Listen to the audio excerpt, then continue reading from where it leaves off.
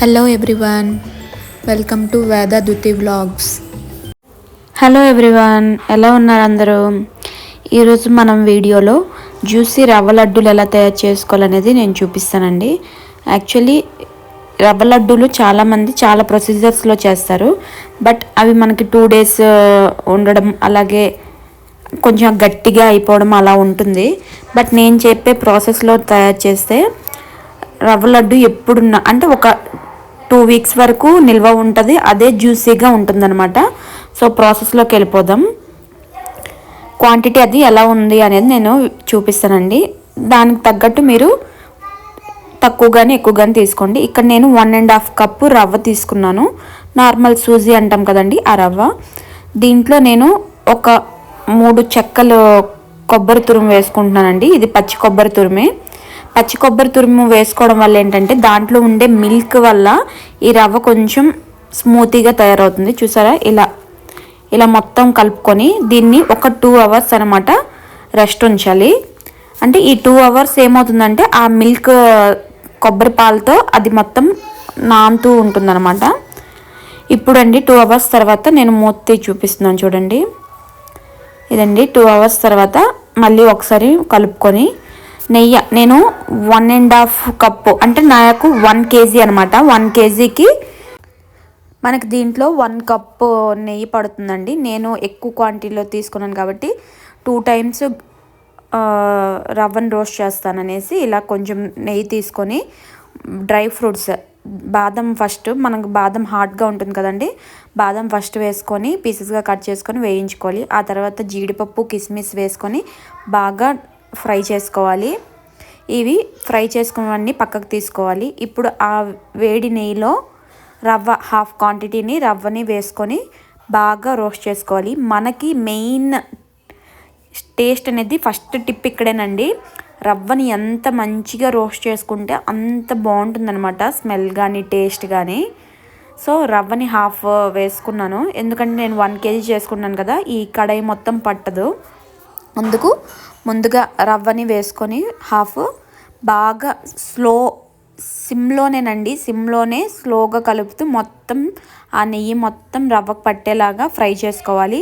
దీనికి మనకి ఎలా లేదన్నా 20 to 25 minutes టైం పడుతుందండి రవ్వని ఫ్రై చేయడంలోనే. లో ఫ్లేమ్లో ఫ్రై చేస్తూ ఉండాలి. చూసారా, రవ్వ కలర్ కానీ ఆ టెక్స్చర్ కానీ అంతా ఎలా ఉందో. ఇదండి నాకు 30 minutes పట్టింది సిమ్లో అలా ఫ్రై చేయడానికి.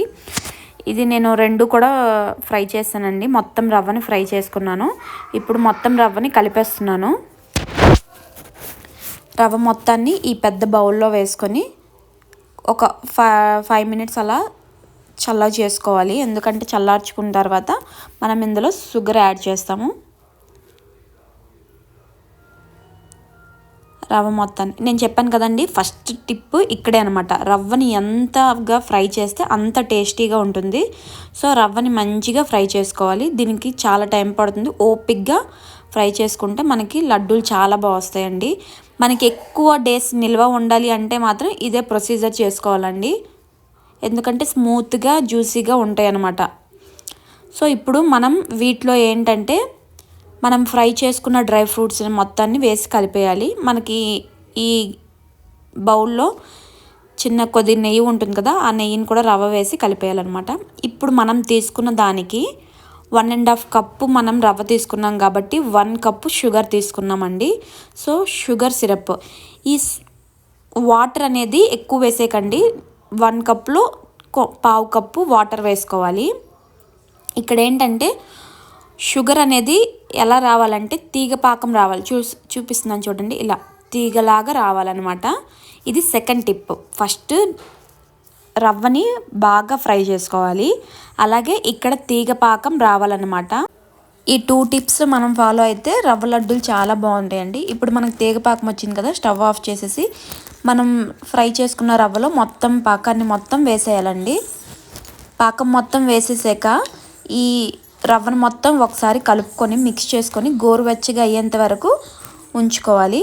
సో గోరువెచ్చగా అయిపోయిన తర్వాత ఆ గోరువెచ్చగా ఉన్నప్పుడే మనం లడ్డూలు ప్రిపేర్ చేసుకోవాలండి.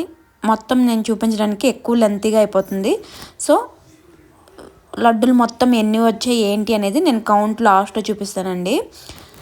మేము 1 కేజీ రవ్వ తీసుకున్నాం కదా, మాకు ఈ 1 కేజీ రవ్వకి హాఫ్కి ఎక్కువే షుగర్ తీసుకున్నాం. ఈ మొత్తానికి మాకు దగ్గరగా 120 లడ్డూలు వచ్చాయండి ఆ సైజులో. ఈ రవ్వ లడ్డూలు ఏంటంటే 3 పార్ట్స్గా చేసాం. కొన్ని వినాయకుని ప్రసాదంకి, అలాగే కొన్ని ఇంట్లోకి, అలాగే కొన్ని రిమైనింగ్ వాళ్ళకి ఇవ్వడానికి అనేసి, మా అపార్ట్మెంట్లో ఇవ్వడానికి అనేసి మొత్తం చేసామన్నమాట. ఇదండి ఈ ప్రొసీజర్. మీకు నచ్చినట్టయితే ఒకసారి ట్రై చేయండి, చాలా బాగుంటాయి, పిల్లలు ఇష్టంగా తింటారు. స్నాక్స్ అనమాట పిల్లలకి. అంతే ఈ వీడియో. నా వీడియోస్ కనుక మీకు నచ్చినట్టయితే లైక్ చేయండి, అలాగే సబ్స్క్రైబ్ చేయడం మాత్రం మర్చిపోకండి. అలాగే ఇంకా మీకు ఎలాంటి వీడియోస్ కావాలి ఏంటి అనేది నాకు కామెంట్ చేయండి. అంతే ఈ వీడియో. Bye all.